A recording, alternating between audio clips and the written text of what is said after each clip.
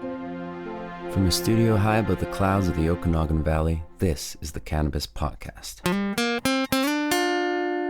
Exploring the world of Canadian cannabis culture, one toke at a time. Now, here's your host and bud tender, Gary Johnston.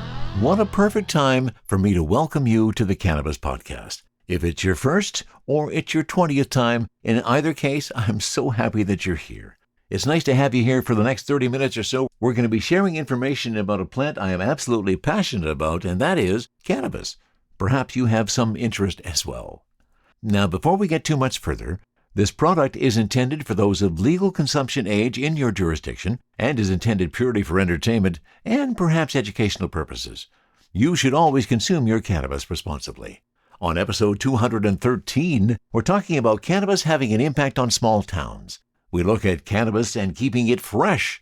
Canadian cannabis is in high demand internationally, and some say a cannabis company did not warn consumers that they could develop cannabis hyperemesis syndrome. There's a class action lawsuit underway. On Cultivar Corner, brought to you by Up in Smoke, we sample Earthwolf Farms live duo. It's Mambo number 5 and Foursome in live rosin. All of that and more on episode 213 of the Cannabis Podcast. And of course, I always want to be thanking you for being here. I truly appreciate it. And also make you aware that if you want to make a comment on anything you hear, send a note to info@cannabispodcast.com. And if you want to connect to buymeacoffee.com/cannabispodcast, if you feel so inclined and you like what you hear, you can buy me a doobie. Now, let's get to our stories. And we're picking this story up from theounce.ca. It's about a cannabis company that should have warned consumers, says a lawsuit.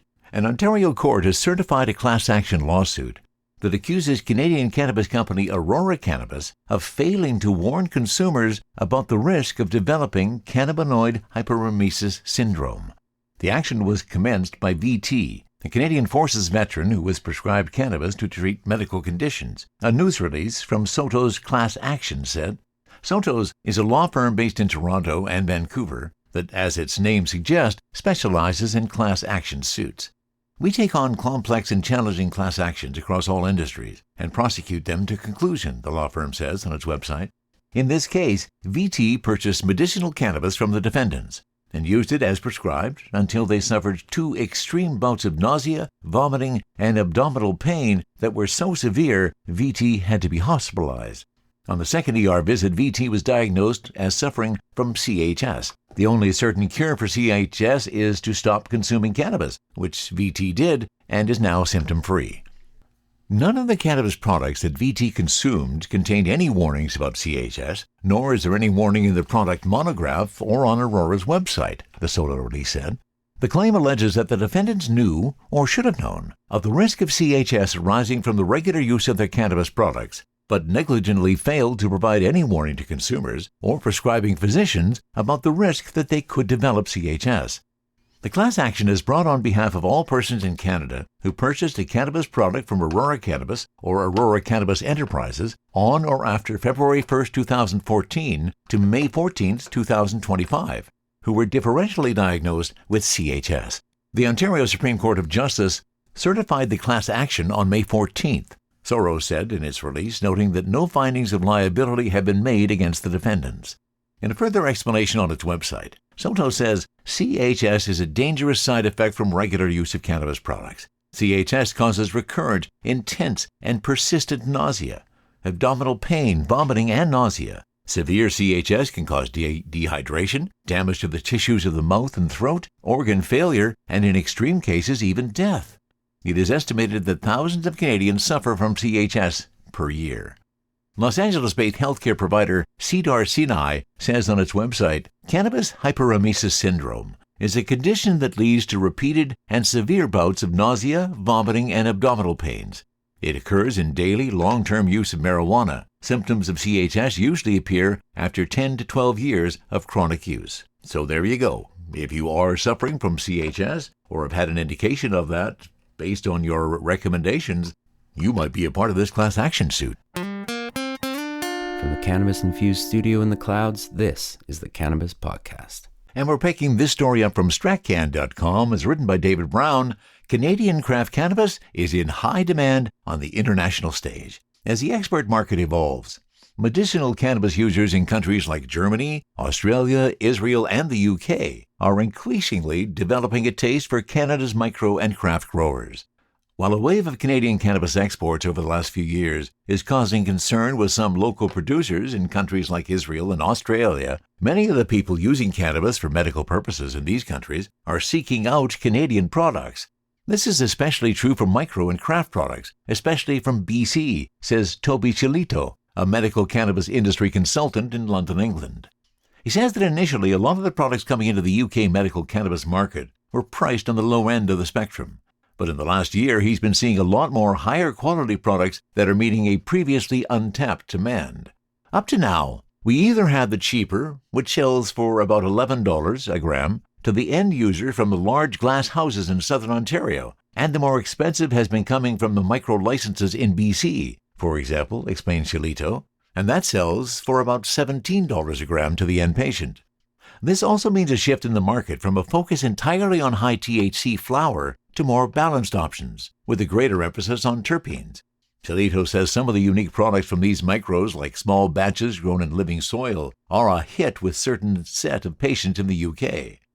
One opportunity for Canadian growers, especially small batch producers, he adds, is an untapped demand for non-irradiated cannabis. While most of the products being exported are remediated in some way, not only to meet strict standards, but to ensure they can meet those standards with a longer shelf life to the export process, it's not necessarily a requirement. There's certainly a desire from some patients here for a host of reasons to prefer that producers in Canada or elsewhere who can manage that. There will be patients who want to buy it. Andrew Nowling, a director of Fatuka, an Australian cannabis company that sources products for the Australian medical cannabis market from countries like Canada, says he also sees an increasing awareness among some Australian medical patients who are interested in Canadian craft cannabis products. Still, he notes that this represents a small portion of the overall market in Australia, which remains focused on low-cost products. This, he explains, is because the doctors, who act as gatekeepers in the market, tend to focus on the lowest-cost products, unless patients are specifically asking for a particular brand. The best craft that we've been able to find is from Canada, says Dowling, noting that they have sourced product from growers in provinces like BC and Saskatchewan. The Canadian craft stuff is part of our market, but it's not necessarily a big part of the market. The Australian market is largely bulk smalls rather than premium flower. That will always have a place in our market, but it's not moving the needle for most companies here. Joseph Spiteri, the director of marketing at Purple Farm, a cannabis producer in Fredericton, New Brunswick, sells into the international market, and he's seeing this trend firsthand. Canadian cannabis exports climbed to $218 million last year, a 36% increase, says Spiteri. Craft producers like Purple Farm are benefiting directly. We're seeing international partners shift from asking about volume to asking about story, how it's grown, who's behind it, and whether it delivers a consistent, high-terpene experience. This shift doesn't surprise us. It's exactly why we've stayed small batch, EU GMP focused, and obsessive about plant morphology. The market is finally rewarding integrity. There is a demand in the market for not just that type of product, but for the stories behind these smaller companies. International buyers are no longer buying cannabis yet. They're buying brands, genetics, and cultivation philosophies. At Purple Farm, we built our company around that. We lead with transparency, curate genetics with purpose, and translate the craft grower's mindset into consumer language. Today's consumers doesn't just want potency, they want precision, sustainability, and emotional resonance. That's why we prioritize education and storytelling that reflect the same care we bring to the grow room. Not everyone has such a rosy outlook, though. Deepak Anand, an industry consultant whose work includes connecting buyers and sellers in the international cannabis market, says he's starting to see increased competition and price compression that is driving the market back towards lower-priced, high-volume products. Yes, there was an emerging demand, but it's now shifted back to valued products, Anand explains. That's where the real demand is now. There is a lot of price compression coming to the market. He notes this doesn't mean the current demand is going away, but is a more cautionary note for newer small cannabis producers in Canada who might be tempted to pull all their eggs in the export basket. I think the existing established brands will be fine, adds Anand. It's the new companies just coming on who are maybe looking at the international market as where they need to put all their energy. I think there's some cause for concern there. Gord Nickel, the owner of Saskatchewan-based micro-producer North 40, says about 90% of what he grows is currently going to the international market in places like Australia and Germany. Nicole says he has had companies in those countries actively seeking out his product rather than needing to go looking for a buyer. They want our superior products in their market, says Nickel. It's where most of what I grow goes now. What they're really looking for is consistency, high-end consistency, adding that he isn't saddled with high excise taxes as he's not selling in Canada. Without the excise tax relief, I suspect this trend is going to continue. And if that means there's less top-quality weed in Canada, well, then consumers are going to go elsewhere looking for it. That's an interesting shift in the market. We'll see if that relates to what some growers are doing and those who are going into the international market. THC, CBD, terpene profiles, what's in me? Oh, please explain to me. Cultivar Corner, Cultivar Corner, oh yeah. Cultivar Corner, please explain this stuff to me. And let me say, welcome to Cultivar Corner, brought to you by Up & Smoke at 258 West Broadway in Vancouver, and online at itsupndsmoke.com, where if you are 19 years of age or older and you live in BC, you can order something off the menu and have it sent to you, and if you live in Vancouver, you can order by 2 p.m. and have it delivered by e-scooter. That's pretty cool. Now today, we are doing Earthwolf Farms, the live duo. Yes, we're doing some more concentrate. This is Mambo number 5 live rosin and For Some live rosin.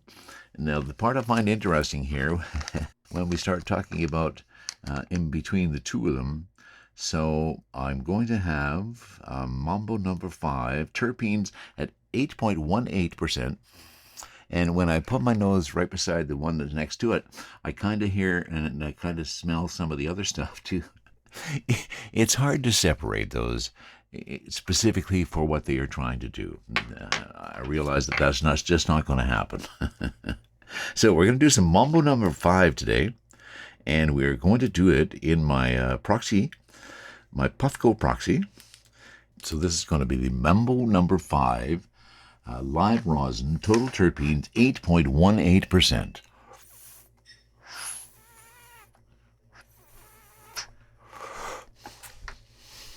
Oh, that is very, very sweet.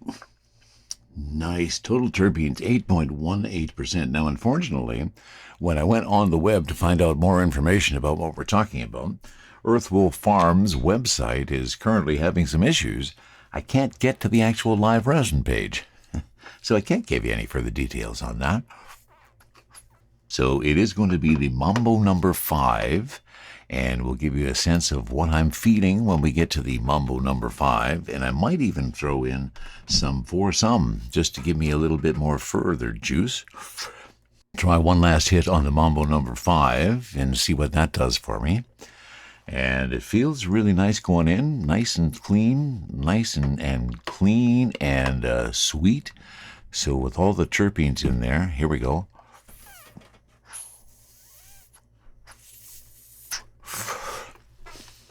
Oh, that's nice. Yeah, that is a real clean feel.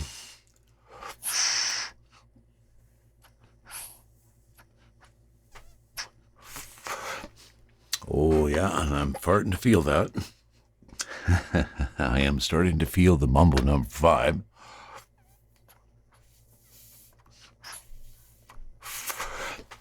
Yeah, that's really nice. Oh, my.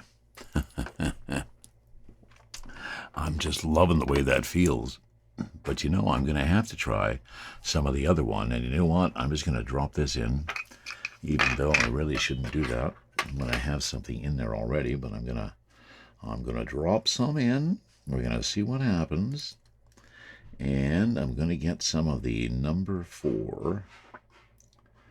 And there it is. Get it in there. And get in there. Okay, so the number 4. Here we go. We're going to put this one up.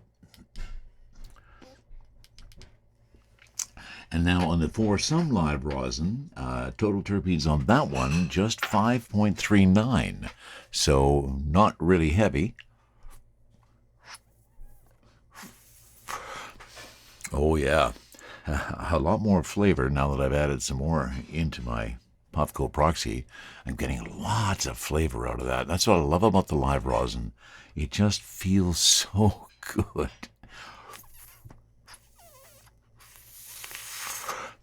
Oh my. Yeah, and they are hitting really nicely too.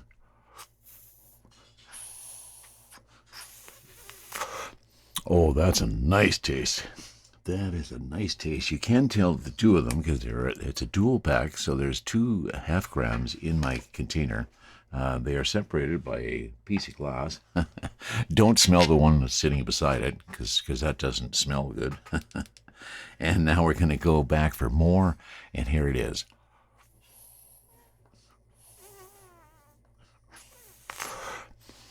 Oh, there's what I've been waiting for. There is what I have been waiting for. Been waiting for the foursome to come through and to give me a little bit more hit. So I'm going to go for a little bit more hit. And we're just going to try it. We're just going to do it. Just going to get it in there, and it's going to start smoking me up. And here comes some more. We're going to do one more thing of that. I'm going to put my temperature up to green. Give it a little bit more heat. I want a little bit more vapor coming out of that. And I want to... Oh, and now I'm starting to feel it.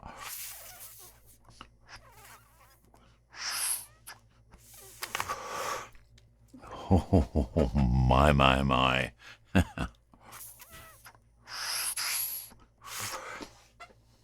Oh. It's gone to my endocannabinoid system. Let me tell you that my CB1 receptors are just flying right now. We have reached where we were trying to get to. Oh. Now, I wish I had more details for you. I can simply tell you that from Earthwolf Farms' perspective, our live resins are produced by applying pressure and heat to bubble hash, collecting the liquefied cannabinoids through a fine mesh bag, separating them from the trichome stalks and casings. The result is a dabbable cannabis concentrate. That's what we have. We've been dabbing that all day. It's been a lovely experience. And now I can say I have achieved my goal. Oh my, yeah. Why do I love the rosins and the concentrates? Because it's a real big hit, real big, real fast. I'm loving this.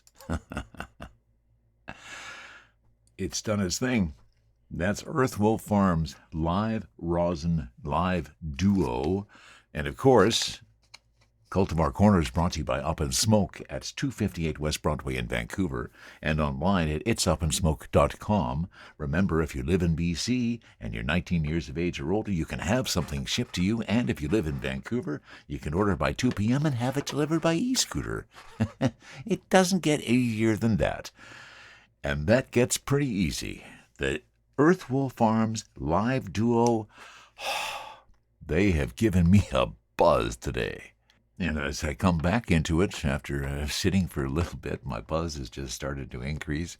It has been increasing in frequency and in intensity. I'm doing just fine. And I think you would be too. Sharing stories about good weed while trying good weed. This is the Cannabis Podcast. And we're picking this story up from stratcan.com, and it was a contributed article. As Canada grapples with U.S. tariffs and widespread layoffs, cannabis is emerging as an industry that could help smaller communities weather the storm. U.S. President Donald Trump has slapped Canada with sweeping levies, including a 25% tariff on automobiles and a 50% tariff on steel and aluminum. As a result, Canada lost 33,000 jobs in March, and the unemployment rate went up to 6.7% from 6.6% in February. The cannabis industry, though, is largely domestic, which has allowed it to be one step removed from Trump's tariffs. Economist Jim Stanford told Stratcan. It's worth investigating the potential of the cannabis industry as a stabilizing factor, he said. Non-traded sectors are going to play a more important role in the next few years. According to Cannabis Council of Canada President Paul McCarthy, the industry employs about 80,000 people, primarily in small and medium-sized towns where cultivation facilities are often located. A recent Statistics Canada report found the industry contributed a total of $7.4 billion to Canada's GDP in 2024. The cannabis sector is a great opportunity to revitalize smaller communities and support communities that perhaps need some good-paying jobs there. He noted that the industry supports a wide range of roles, from skilled trades to lab technicians to corporate staff, and there's an opportunity for smaller communities to embrace the industry to bring economic advantages. This has already been done in towns across the country, with the most famous example being Smith Falls, Ontario. Canopy Growth took over the old Hershey's factory there and became the main economic driver for the town. There are success stories across the country of cannabis offering impactful employment and boosting economies, according to McCarthy. Decibel Cannabis has facilities in Western Canada, including one located on the outskirts of Calgary, which employs approximately 450 people. Oceanic Relief is based in Newfoundland and Labrador and acquired a brand new fish processing plant whose operations had fallen through. McCarthy said it was a letdown for the town of Burin, but cannabis proved to be their savior, and the company now employs over 100 people there. Then there's Cannabis Summit, held in Prince George in 2024. Organizer Nadine Fernell told Stratcan that the festival transformed a previously dead downtown area into a thriving scene attracting over 2,000 people in one day. She said every vendor at the festival said they made the most money there out of any other market they've attended. One of the biggest success stories of cannabis impact on smaller communities is Organigram, their current industry leader. The company is based in Moncton, New Brunswick, and employs over 725 people, making it one of the largest private sector employers in the province. Mark McKay, Organigram's communications director, told Stratcan that the company has contributed over $34 million in local spending. We've proven to be an economic powerhouse for the province, McKay said, not only through the jobs we created, but also through the investments that we've made in the province. Organigram recently paired with Abacus data and found that 62% of Canadians thought that cannabis could play an even more important role in Canada's economy. Out of a survey of nearly 2,000, 9 out of 10 Canadians said it's time to find new ways to grow the economy. Canadians want their country to thrive through innovative, homegrown industries, and cannabis is firmly on that list. Bina Goldenberg, CEO of Organigram, said in a statement, "While cannabis can look like a knight in shining armor, it does have its kinks." The economist Stanford noted that if Canada enters a recession, the industry could be affected as Canadians would have less money for discretionary spending. He also noted that the industry has its moments of instability, as seen by Canopy Growth layoffs in Smith Falls when the company downsized. There absolutely is risk involved, Stanford said. A community that is thinking about cannabis would have to very carefully study the demand outlook. McCarthy acknowledged that oversupply and rapid expansion soon after legalization created turbulence, and the last 5 years in the industry have been characterized by entrenchment and downsizing. However, he said the industry is now entering a new stable phase that is ripe for investment and expansion of facilities. How much cannabis can help small towns is dependent on how much the industry is growing, and McCarthy was quick to point out government policies that he says are hindering the industry. He highlighted the excise tax and the proliferation of the illicit market as the two biggest factors that are drawing down the cannabis industry, which should be addressed if Canada wants to boost the sector. The government needs to get serious about cracking down on the illegal cannabis, he said. They're stealing jobs from companies that would largely be operating in small towns. Av Singh, the executive director of the Scotian Cannabis Alliance, echoed McCarthy's concerns and told Stratcan that the excise tax is a real limitation on the industry that prevents some companies from flourishing. His organization helps support the industry in Nova Scotia, and he has seen companies struggling and some shut down due to the tax. It's a stranglehold, he said. It's like a foot on your throat. It's really hard to be able to swim when you've got that albatross on you. Singh sees hope in exports, which bypass the excise tax. He said markets like France and Germany could double or even triple exports out of Nova Scotia if they open up. The export market is insatiable, he said. People fail to recognize how big cannabis is.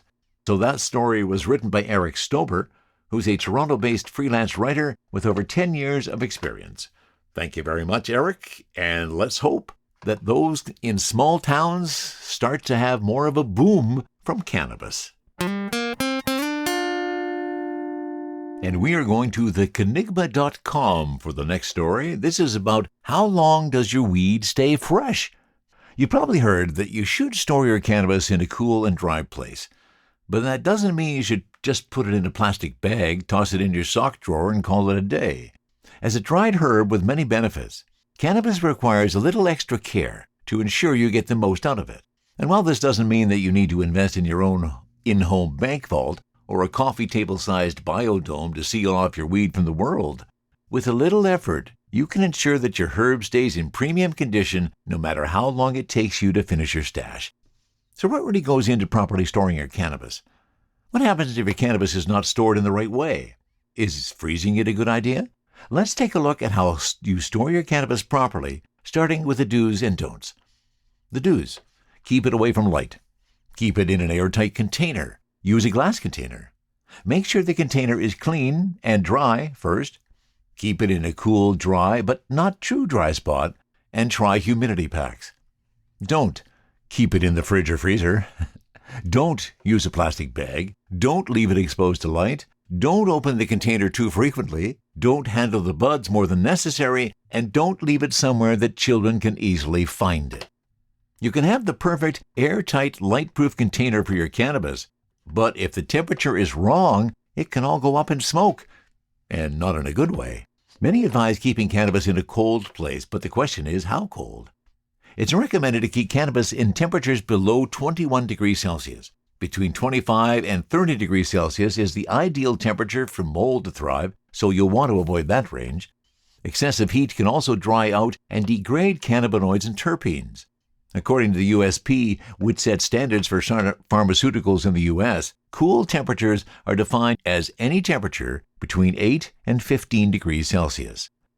A 2012 experimental study on the long-term storage and stability of cannabis oil discovered that while a gradual decay of THC would happen over time, nearly a quarter, 23.16%, would decay in samples exposed to light at 22 degrees Celsius or higher in just 1 year. The study also found that when kept in darkness at a lower temperature, 4 degrees Celsius, the cannabis oil lost an average of 21% of its THC. As expected, the CBN content increases during the storage period because THC converts to CBN over time.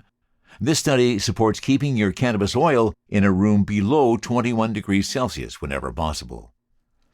The quality of dried cannabis flower can be impacted by several factors, including oxygen, light, heat, and moisture. Exposure to any of these influences can cause mold or dry out cannabis buds. Why are dry buds a problem if you can still smoke them? The answer is simple. It's the entourage effect.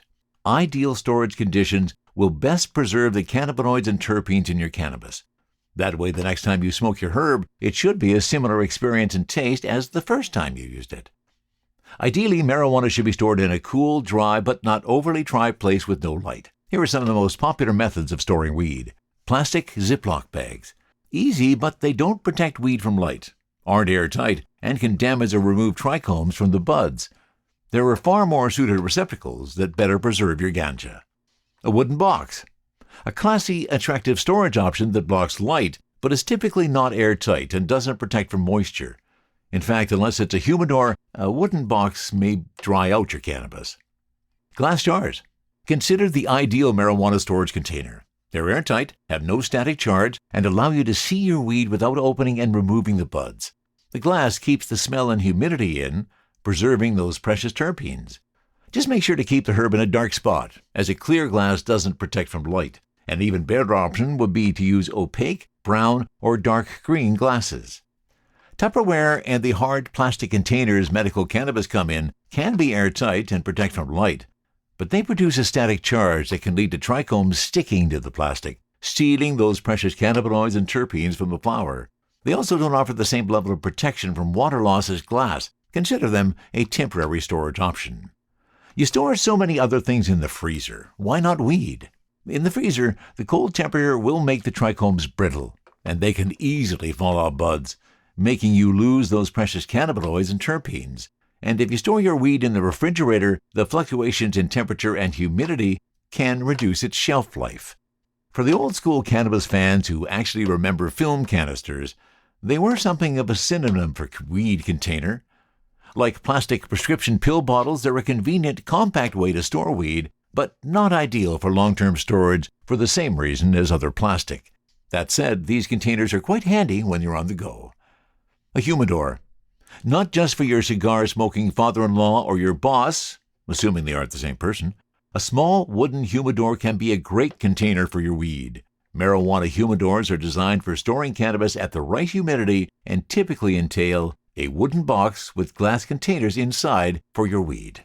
And that's probably the best way to store your weed. Remember, it's exposed to light and it's exposed to air. It's going to degrade. Be proud of yourself. You've made it through another episode. A whole 30 minutes or so of information about cannabis, and now you are a better educated person than you were before we started. Okay, we can pretend. Thanks for being here. I really, truly appreciate it. Let's get to the worst dad jokes. They're becoming popular, and here we go. How do you get help for someone who stubs their toe? Call a tow truck. Which side of a duck has the most feathers? The outside. Some of these are just simple and obvious. What do you call a cow with no legs? Ground beef. What stays in the corner yet can travel all over the world? That's a stamp. Thank you so much. I hope you're having fun. I know I am, certainly. And from the guy in the clouds, that's it for episode 213 of the Cannabis Podcast. From the Cannabis-infused studio, high above the Okanagan Valley, this was the Cannabis Podcast.